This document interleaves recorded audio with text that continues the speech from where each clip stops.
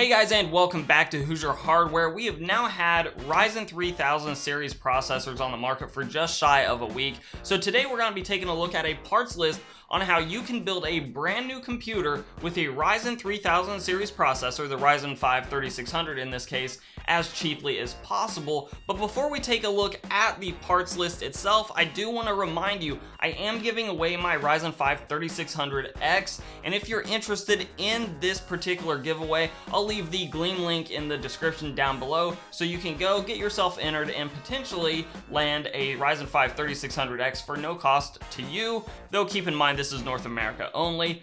Let's get into the parts list.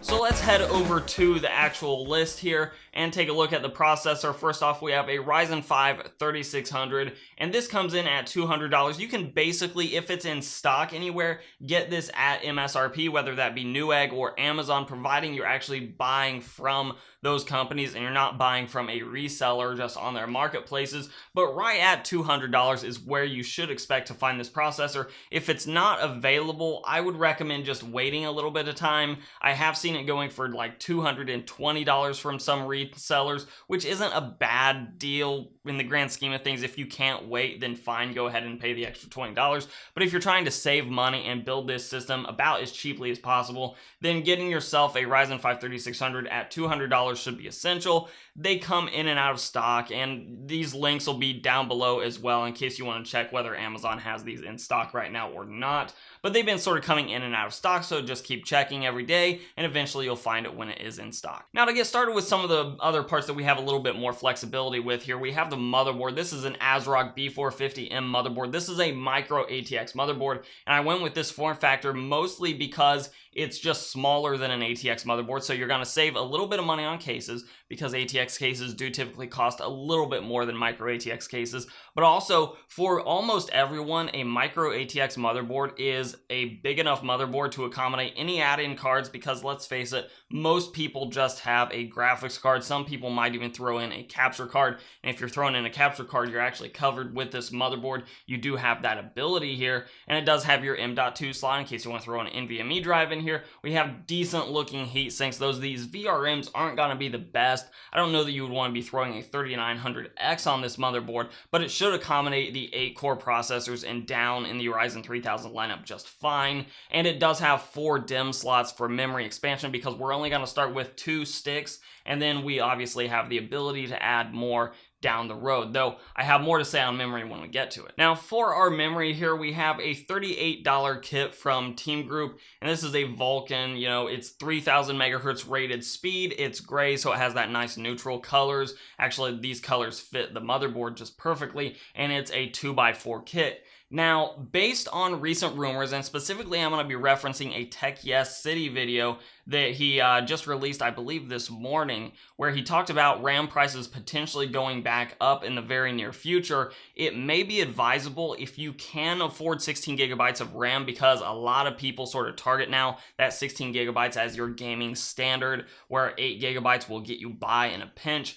I would actually recommend going ahead and trying to find 16 gigabytes. In fact, this kit does come in a 2x8 kit. And you'll even right now be saving money overall by getting more RAM now because it's cheaper per gigabyte. So my recommendation right now is, if you can afford it, to go ahead and pick up the 2x8 kit, because then you can also expand to 32 gigabytes down the road because you're still only using those 2 DIMM slots by getting 16 gigabytes. Now, whether you start with 8, which will get you by in gaming, or whether you go 16 right off the bat, that's totally up to you. That's where this build has some flexibility, but I would recommend, based on those recent rumors, if you can afford it, go ahead and get more RAM. Now, I'm going to skip over a couple of these components, specifically the SSD here. It's a commodity class 512 gigabyte SSD. It's SATA based. If you want a 500-ish gigabyte SSD, go ahead and get what I would recommend would be the cheapest one available. Or if you want more storage, get a smaller SSD and pair it with a large hard drive. Either way you go, it's storage. Get what you feel is appropriate. And then the power supply, I basically went with the cheapest 400 plus watt power supply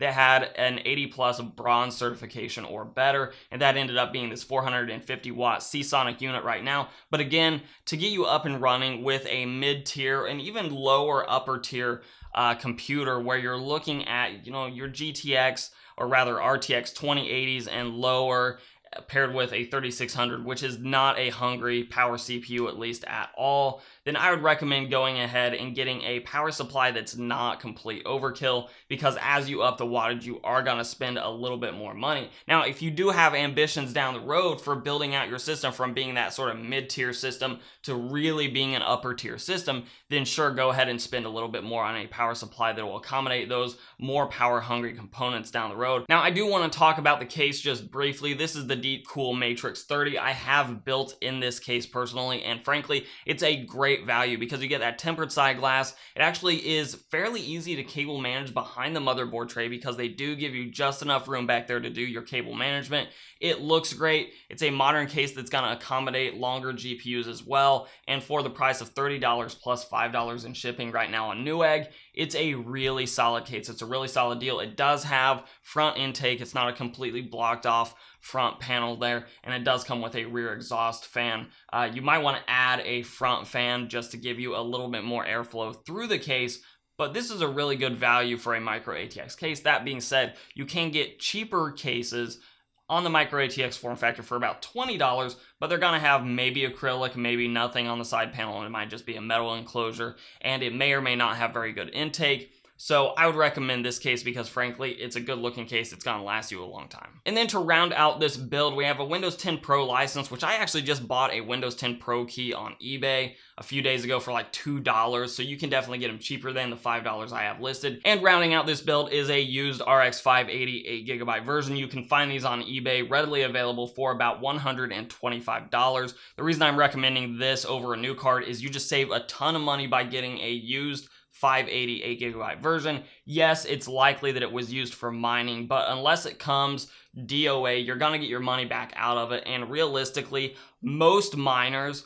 use these cards in a way when they're mining where they're not going to overheat too much. They're not going to put too much of an incredible strain on it, because miners really only get their money back out of these cards, or at least back when mining was popular with these cards, if the cards could survive long enough to actually get the miner the money back out of them. So a lot of these cards, even though they were used for mining, will last a significant period of time still just in a gaming setting. They should be good to go. And if you do happen to get a DOA one, eBay is very good about supporting the buyers. Unless the seller listed the card as parts only, you are likely to get your money back if it's dead on arrival or dies in a very short time right after you buy it. And you're saving such a large amount of money by going used that, to me, the risk reward is there. Though, of course, if you are too nervous or antsy about buying a potentially used card that was used for mining, then you can always go the new route. Just know that you're going to miss out on that great price to performance ratio that a used 580 does give you. So all told, that is the system. $560-ish, give or take, depending on where you buy all your components,